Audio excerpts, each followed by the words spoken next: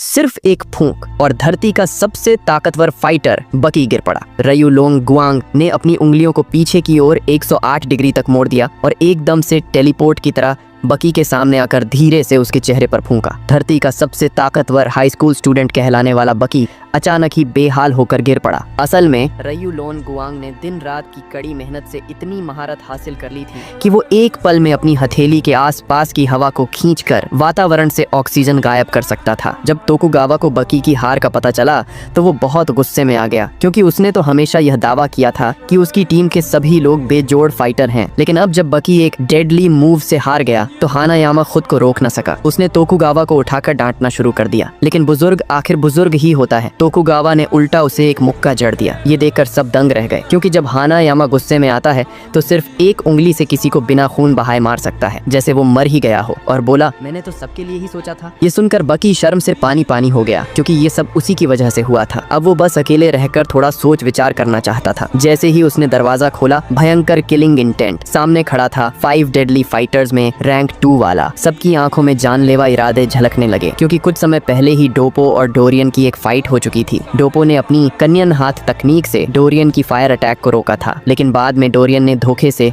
उसकी एक हथेली काट दी थी। दोनों के बीच अब खून का रिश्ता दुश्मनी में बदल चुका था। अब डोरियन फिर वही चाल दोहराना चाहता था, लेकिन जैसे ही उसने लाइटर जलाया, पीछे से उस पर हमला हो गया। हमला करने वाला था डोपो का बेटा कॉक्स, जो अपने पिता की टूटी हुई हथेली का बदला लेना चाहता था। लेकिन उसे यह नहीं पता था कि उसकी यह चाल एक बहुत बड़ी मुसीबत को जन्म देगी, क्योंकि डोरियन के हाथ में पेट्रोल पहले ही जमीन पर फैल चुका था। कॉक्स ने भी सोचा कि जैसे उसके पिता को जलाया गया, वैसे ही वो डोरियन को जला देगा। डोरियन भागना चाहता था, लेकिन उसके शरीर पर फैला चिकना पेट्रोल उसे फिसलने पर मजबूर कर देता है। वो कॉक्स की थिएटर जैसी ओवर एक्टिंग से इतना डर गया कि उसकी पैंट भीग गई। यही है कॉक्स। ऐसे बूढ़े बाजों को हराना उसका खेल है। इधर हॉल में आग फैल गई और सब कॉक्स के इस चाल से हैरान रह गए।